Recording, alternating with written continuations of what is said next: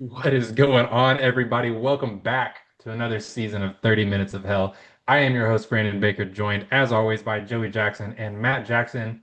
And it is time to talk about some Razorback basketball yet again. Year two of John Calipari, year one of John Calipari actually getting a full off season and getting to return some of his guys, getting to build a roster out after a season where you could argue that the Hogs overperformed a little bit towards the end of the year, but it was quite the roller coaster, quite the fun ride.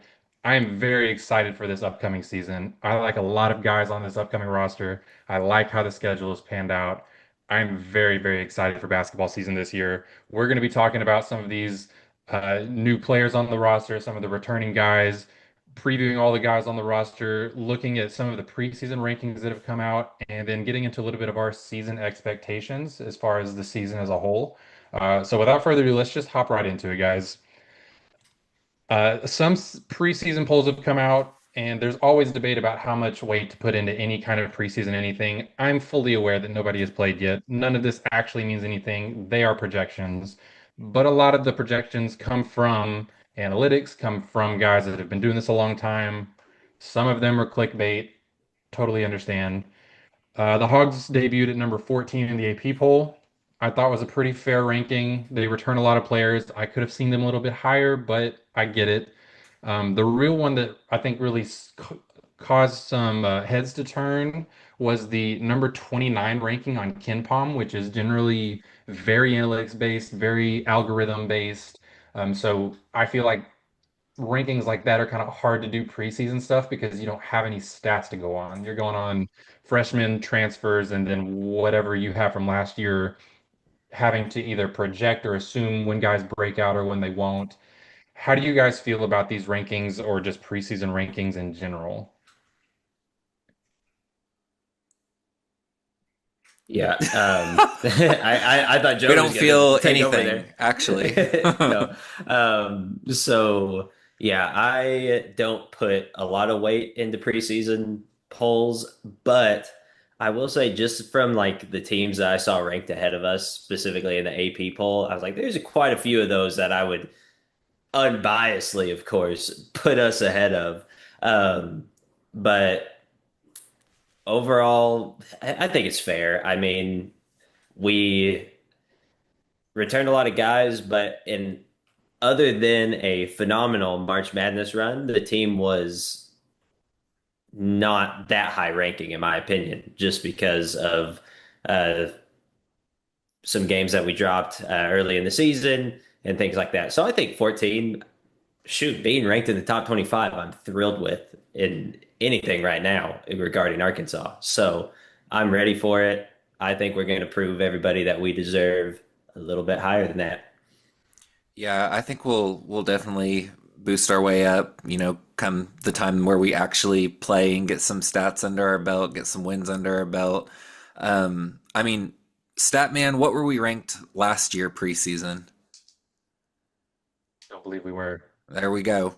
And we ended up making a Sweet 16 run by the seam of our pants. So I'm kind of in the same boat. I don't put a ton of weight on these preseason polls. It is very promising to see that we're coming into the season with a top 20 rank, top 15 rank. I feel like a lot of people put more weight on the Ken Palm ratings, and I think those are very important ratings. But like you said, Brandon, with it being kind of a preseason and more of like a guess on how teams are going to perform, I don't know if there's much to be held on it. I lied, by the way. We were actually 16 to start last year and Uh, very quickly lost it when we started 0-5 in SEC play and never got back above like 23 for the rest of the year. And that was yeah, only for 1 week. it's so hard to keep those ratings with like how much injury plays into it. Like we're the golden example of how injury affects a season. So it's hard. I don't like looking at the polls preseason just because of that. Yeah, we don't want anybody falling off a golf cart and, hurting their wrists like we did last year. So that could Sure. easily take us from 14 to unranked. It's true. We saw it firsthand. Um, Hogs are also picked by coaches to finish fifth in the SEC. I think that's one that I look at and think that's kind of low for what I would like. I don't see three teams in the SEC that I would clearly put ahead of us. I see Florida is a great team. I see Kentucky has a fine team. I don't see anyone else that I definitively think is just better than us right now. Um, Obviously, again, we haven't played the games. We'll see, but I think five is pretty low. DJ Wagner and Carter Knox also selected to the third team preseason All SEC squad. Pretty good recognition. Happy to see some of our guys get recognized.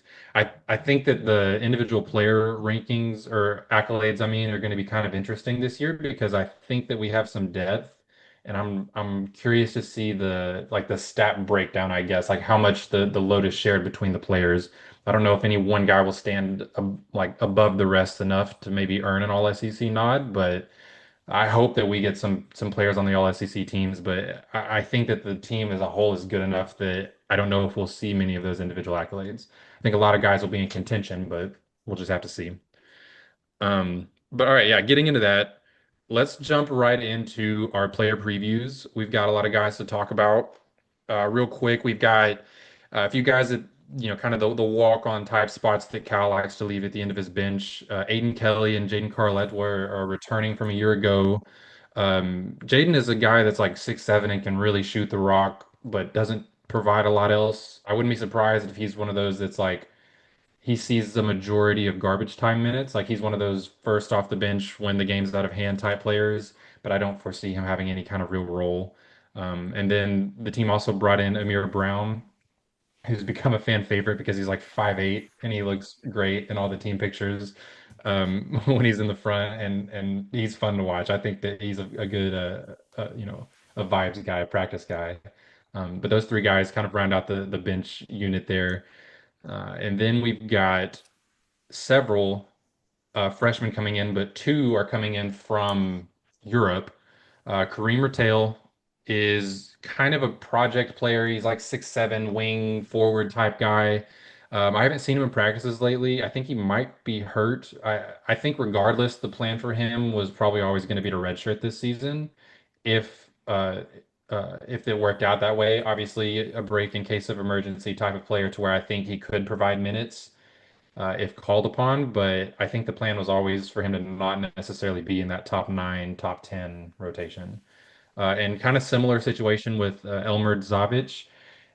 He's a huge dude. Like I don't know if you guys have seen some of the stuff that the Twitter, like the social media teams puts out. The dude is 7'1" and like He's built massive. Yeah.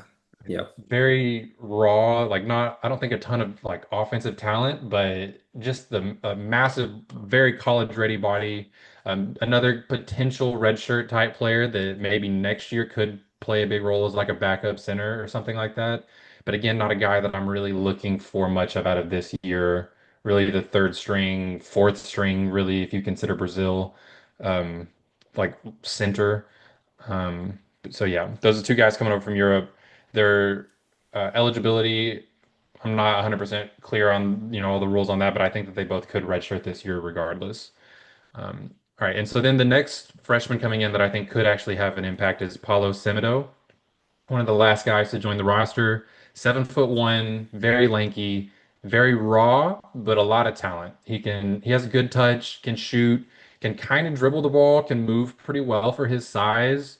Um, I am not sure that he's locked into a rotation spot right now because of how raw he is, but he's like a top 60 freshman coming into the class, a high four star. I think he was like number 50 maybe in the class by ESPN's ranking.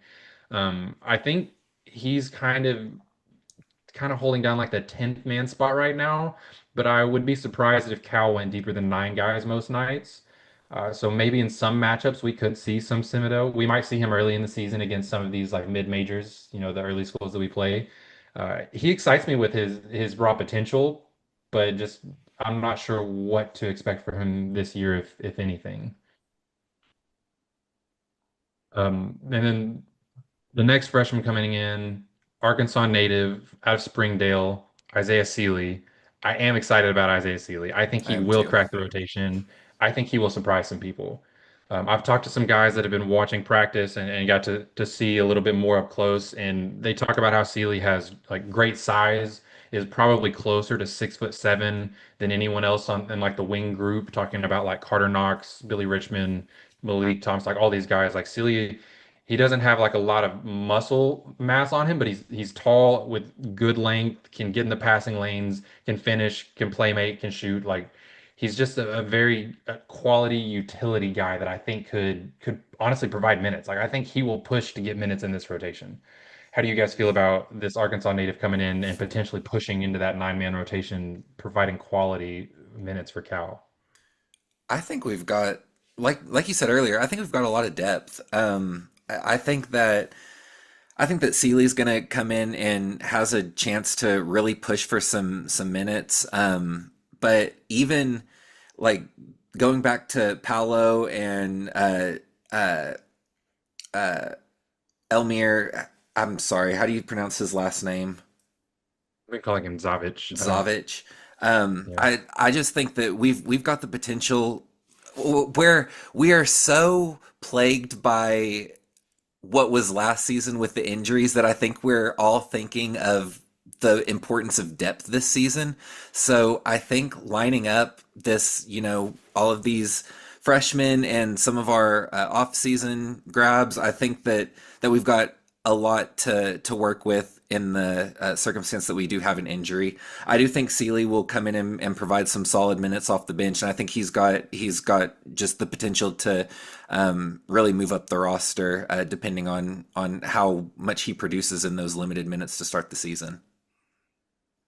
Yeah. And I personally, I think last year when we did the first episode, we were talking about the freshmen, and I mentioned how Billy Richmond would be a surprise, right? And I think I'm glad you said it, Brandon, that he's going to surprise some people, especially in the minutes that he gets, because I think he is very talented, and I am very happy that we got him. And I was kind of like, oh, he probably won't really play. But then the more I saw and heard about him in practice and everything, I was like, okay, yeah, he's going to possibly be a stud, especially a stud that stays with us, and Exactly. Yep. in today's NCAA basketball, returning players are so, so, so important. And having a guy that is an Arkansas native and that is a stud that will play multiple years possibly is phenomenal to have, especially if he's getting minutes early on. All right, let's get into the exciting five-star high-flying freshman duo that we've got coming in. Let's start with Malik Thomas. I think Joey and I might have a little bit of opposed views on Malik because I see the skill, I see the talent, I see how good of a scorer he was at the high school level, but I have been hesitant to believe that it will translate right away. I hope I am wrong. I've heard a lot of good things out of practice and seen, in the scrimmages and everything that we've been able to see. He looks like the real deal, but I, for some reason, am just hesitant to say that he's going to be like contending to lead us in scoring or anything like that. Like, I need to see it first. But I see the talent, I see the potential, but I need to see it translate first. But he's a great shooter, has that alpha dog mentality. You see clips of him on Twitter talking to his teammates, keeping morale up, keeping, being the leader, being the guy on both ends of the court as a defender, a vocal leader and obviously has a great offensive repertoire, but I want to see how physically he translates. If he can, you know, keep up with the speed of the game right away and not rush his shots, not get overwhelmed, not be able to hang defensively, right? Like I need to see those things before I'm all in. But I hope to see them. I think he can do it. See, and that's where I'm like, I think seeing him play in high school, he plays very cool, calm, and collected. He's very patient. He gets to his spots. He doesn't do anything extra. He knows what he's there to do.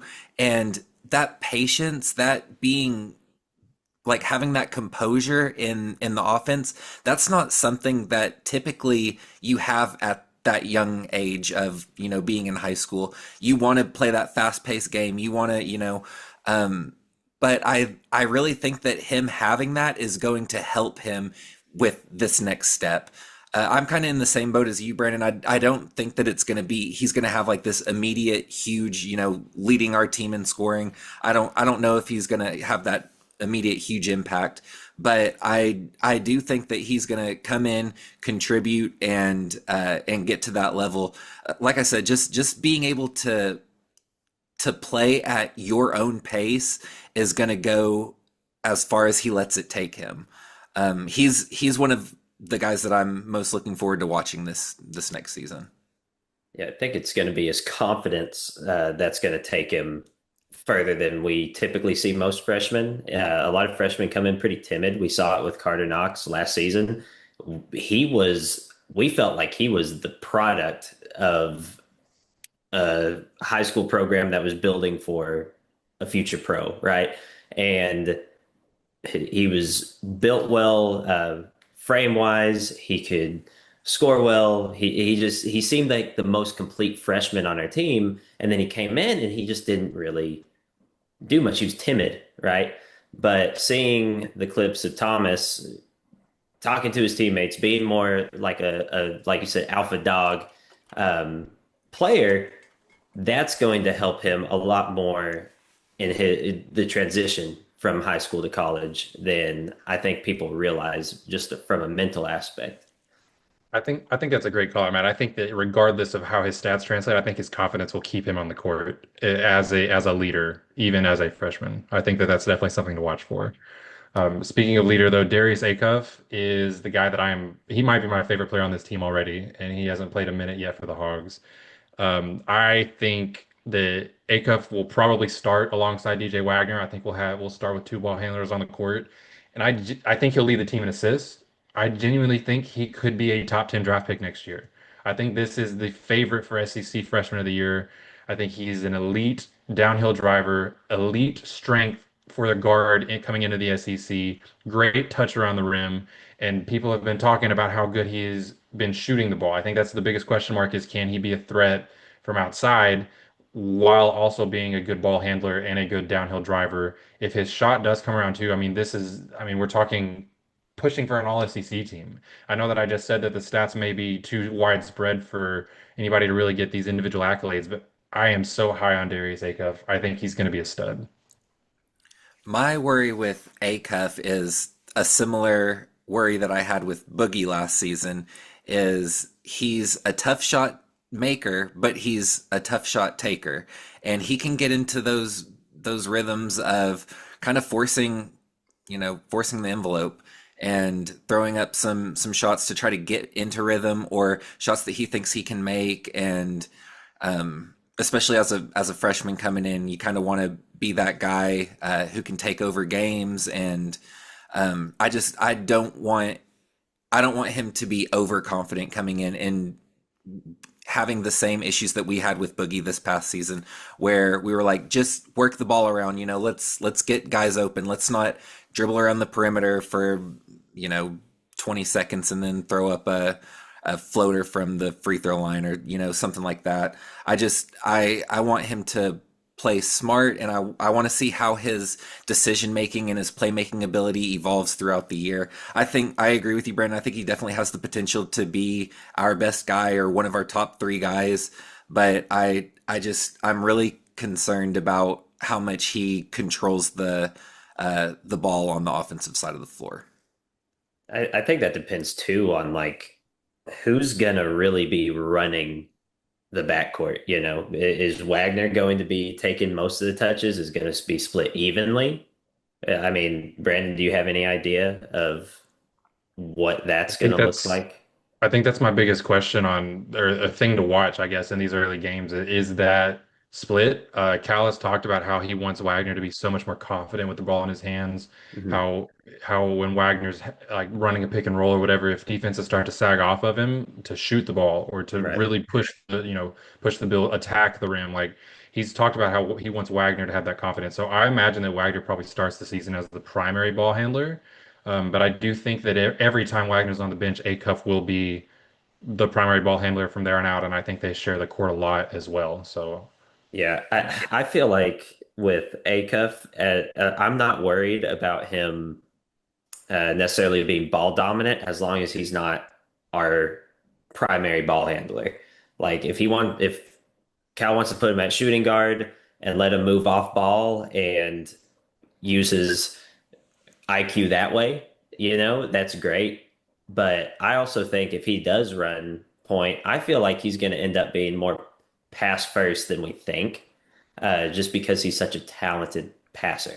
Uh, I just don't know how well he's gonna do in an off-ball situation because he's the way that he scores is his dribble moves. He's so yeah. quick, he's so shifty. So I don't know what an off-ball role will look like for him. And he probably doesn't know what an off-ball role will look like for him either.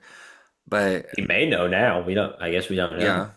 I mean, Cal could Where be I look for him to really making. thrive is in transition. I think when he gets out on the break, Mhm. there's not a person that's going to stay in front of him, and if they do, he's going to bully through them. I think he can do Yeah. both well, and I think that that's where he'll make a lot of his living. I do agree that we have to see what it looks like when they share the court in a half court setting, right? Like who is facilitating, who is moving off ball, like what are the actual roles for these two guys? Talking about Wagner and Acuff, but I do think that they're both high IQ guys, and I think Wagner settled so well into his role last year that they'll be able to navigate it. That's the hope. And Acuff is such a stout guy. His build kind of reminds me of Westbrook, the way that he can just get into the paint and make contact and finish through the contact. He's just got that I can't think of any other word, that stout frame to where he's just so big he can kind of bully guys around as a guard. As you guys know by now, we've partnered with BetMGM this season. We'll be using BetMGM lines to make all of our picks, and we'll have special offers for the listeners and the viewers of the Field of 68 as we all get ready for the best month of the year, March Madness. If you haven't signed up for BetMGM yet, you can use the bonus code FIELD150 and you will get $150 in free bets on your first wager with BetMGM, regardless of whether or not you win that first bet. Here's the best part. All you need to do is deposit and bet $5 of your hard earned money. This is how you make it work. Download the BetMGM app and sign up using the bonus code FIELD150. That's FIELD150. Deposit at least $5 and place your first wager on any game. You will receive up to $150 in bonus bets, regardless of the outcome of your bet. Just make sure you use that bonus code FIELD150 when you sign up. And remember, BetMGM is now available in one wallet in select states. As a New Jersey resident, this is super convenient when I have to go cover games in Philly or New York, which happens quite a bit. When you cross state borders, you just log into your existing account and fire away. You don't have to create a new account in each state. It's easy, it's simple, and it's clean. And most importantly, we have some fun stuff coming up for the conference tournaments and for the NCAA tournament. Bet insurance tokens, college hoops odds boost, and my personal favorite, a nice little parlay boost here and there. So download the BetMGM app and sign up today. Big news, guys. I am thrilled to announce that we have partnered with Autograph, a company founded by the GOAT himself, Tom Brady. The Autograph fandom app gives you access to the best college hoops content, fan contests, and exclusive rewards like discounted tickets, all for doing the things that diehard fans like you already do, following your favorite team in the news and listening to podcasts just like this one. When Tom, and yes, I am calling him Tom, we're on a first name basis these days, co-founded Autograph, he had one mission in mind: change the fan experience for the better. It works like this: you get all of your college hoops content you want in one place. You get articles from your favorite writers, pods from your favorite hosts, contests from your favorite creators, all on the feeds and the sites that you already enjoy. But instead of having to go to all these different places, it all comes to you in one spot, the Autograph fandom app. But here's the best part: the more content that you consume, the higher you rank in the app. As you consider to level up in status on the app, you can unlock unique rewards curated exclusively for you. So download the free Autograph app in the App Store and use the referral code F68, that's F68, or tap in at the link in the description below or in the podcast app of your choosing to start earning points for doing something as normal as listening to this very podcast. All right, let's get into the opposite side of the ball here. The transfers that are coming in, the pair of very experienced big men. Let's start with Malik Ewan coming in from Florida State. Truthfully, this could be the most skilled player on our team. Uh, the way that he can pass the ball, the way that he can move so fluidly at 6'11", the way that he can jump, we've seen him have a little bit of shooting range from like the mid range. Word is out that he is trying to, become a more of a threat from the 3-point line. This could genuinely be one of our best centers that we've had in the last couple of decades. I'm talking back to like Daniel Gafford. And I say all that could be. I see stuff a lot. People like the criticism with Ewan is consistent effort, the body language, the getting up and down the court, the truly doing it on the defensive side of the ball. All the skills are there. He can do everything from the center position. It's just about him doing them and doing them every time he's on the court, in my opinion. If he does, this is an all SEC type center. I think he's going to be one of the most skilled guys in the league. Um, if he can maintain a presence in the post defensively as well. He's not the strongest guy. I think his strength comes a lot more from his fluidity, his ability to move. He can dribble the ball well. Like I know at Florida State, they ran a lot of fake dribble handoffs with him exploding to the rim after faking a handoff to a guard. And he just does a lot of little things like that well. The team recently posted a clip of him catching a pass at the top of the key, and before the camera can even pan to him, he's already immediately fired a pass down to Brazil in the lane, who's wide open for a dunk. And just that's the kind of vision, the kind of stuff that I'm expecting to see from him if we get it consistently. Yeah. From an offensive standpoint, I am super thrilled about him. I remember as soon as we got him, I was watching highlights and everything, and we got him pretty early as far as the transfer portal went. And I was like, this guy's just an offensive juggernaut. He does it all. I am worried about defense. I am a strong supporter of just a paint beast when it comes to a center. I want somebody huge, strong that will bully I've been you. asking for this for I 3 years I now. wish I And had $1 for every time Matt said the words good paint Lord. beast. Yeah, I know it. But that goes into our next guy that we're going to talk about. But I hope defensively he shows the same amount of effort that he does offensively. I'm hoping that, we talked about a lot last year of how if he makes a good play on offense, I hope that correlates to how hard he plays on defense. But I'm worried that if that's too much, he's gonna not do well some games in offense against maybe a stronger defensive center opponent in the SEC.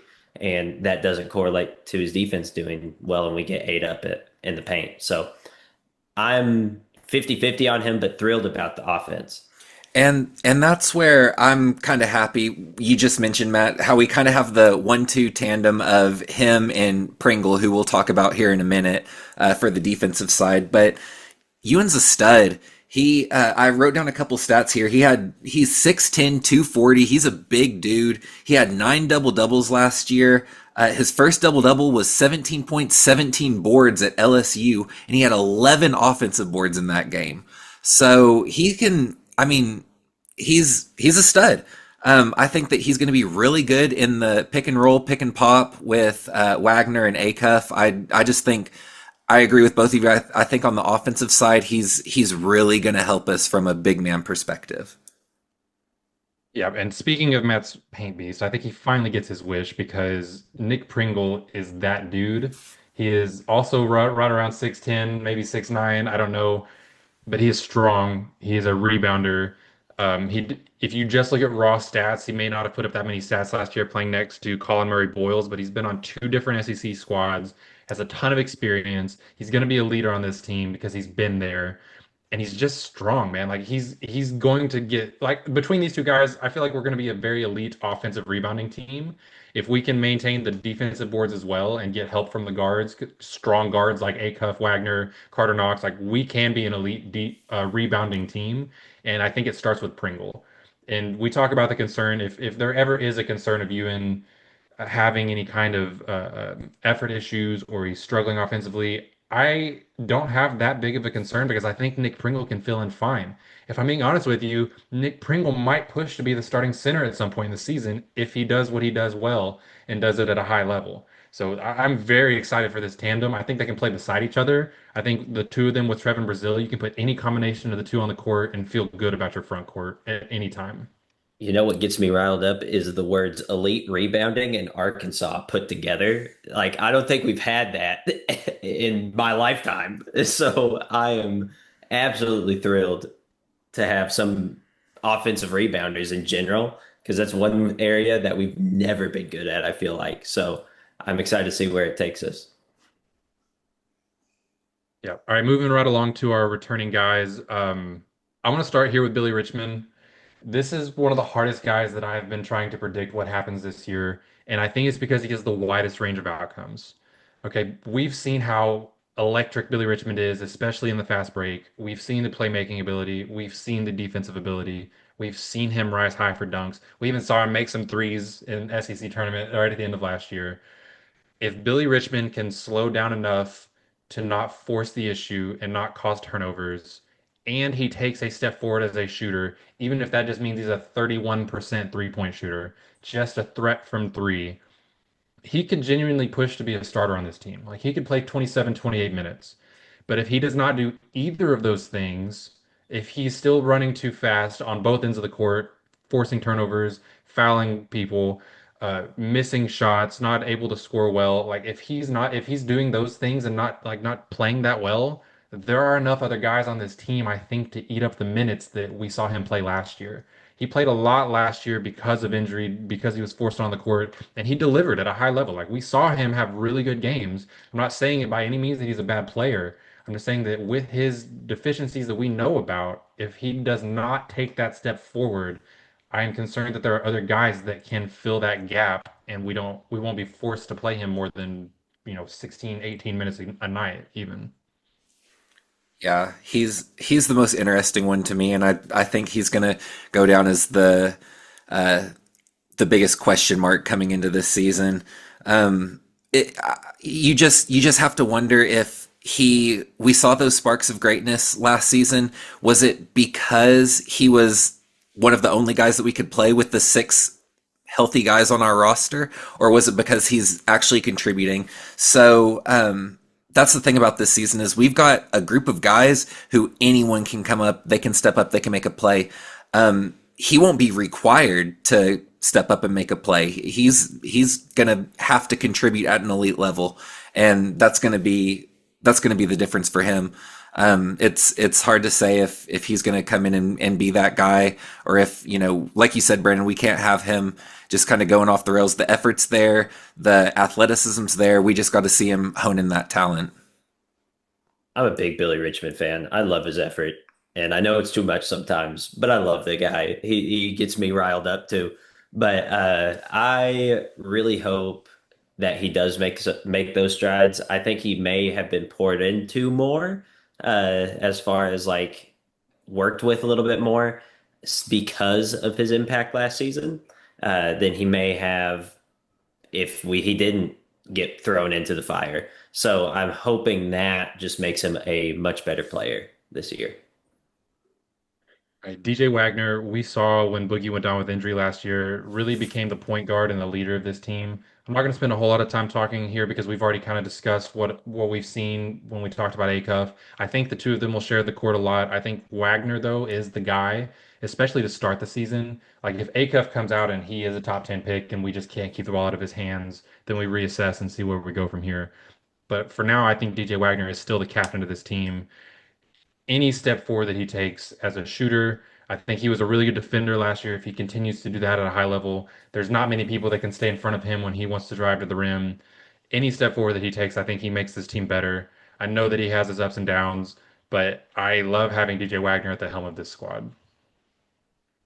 He's a consistent guy. He's going to give us quality minutes. I think. Yeah. All right. So moving on then, Trevin Brazil. We talk about Billy Richmond being kind of have a high range of outcomes. I think Brazil is the X factor for this team because we've also seen his range of outcomes. He had an amazing end to the year last year after a very rocky start for a lot of the season. And for me, it's not, I mean, we've seen enough of Brazil. We know what he can do. He's an elite shot blocker, a great shooter, great length. Like he can do a lot of things very well. It's just about how consistent can he be? Can he give us truly a double double half the time this season? Can he average 8 points and 7 rebounds? Like if he can do those things, we're going to be a pretty good team. But if he struggles, we're going to have some holes to fill, and it's going to be hard to fill them. He's in the same position that he was last season. So the consistency in his role is there. He just has to stay consistent. I think we're going to see a really good TB this year. Yeah, his confidence grew tremendously by the end of the season. I'm ready for it. All right, and then speaking of confidence, Carter Knox, last guy on the list here. This is a guy with SEC Player of the Year potential. He's on a lot of breakout candidate lists. We saw the aggression and the confidence build a little bit. Matt alluded to it earlier, how he was kind of timid to start last year. I think he's going to be aggressive this year. Now it's just about if he can maintain that consistency as well. I'm almost worried that the hype for Carter is getting more than what his actual expectation should be. I think he'll lead this team in scoring. I think he'll be a contender for all SEC teams. Like, I think all of that is true. But there's a lot of pressure on his shoulders right now to step up and be the guy for this team. And I think he can do it, but the pressure is there. We got to see him actually step up and lead this squad. Carter's by far my favorite player on the team, and my hot take for Carter is that he has the potential to be a top 10 NBA pick. I think the talent is through the roof. His confidence is what's going to carry him. Yep. I'm honestly with you, Joey. I think he could definitely be a potential top 10. I'm ready to see what he does. I by far think he's my favorite player. Mine too. All right. Last bit before we log off for today. It's a brutal schedule. Like our non-conference schedule with Michigan State, Duke, Texas Tech, Louisville, like all of these non-conference opponents along with a brutal SEC schedule. I think that we can really make a name for ourselves early on. I think Michigan State is very early in our schedule. I think we can win a lot of games this year. And so, real quick, I'm just going to ask, what is the win total that you're looking for from this team this year? I'm kind of tired of sneaking into the tournament and saying, "Hey, we ended it with a cool tournament run, so the season didn't matter how bad it went or how many ups and downs we had." I want to see a 24 win season this year, truly put our names on the map, get a top four, top three seed, and go into the tournament with some momentum. Give me 25 and a Final Four. I would love to see 24. I'm going to predict 22. 22, a little rocky. That's fair. We Mhm. got some freshmen, we got some new faces. Boo. All right, guys, that's all the time we have for today. We appreciate you tuning in. Reminder, we are brought to you by the Field of 68 podcast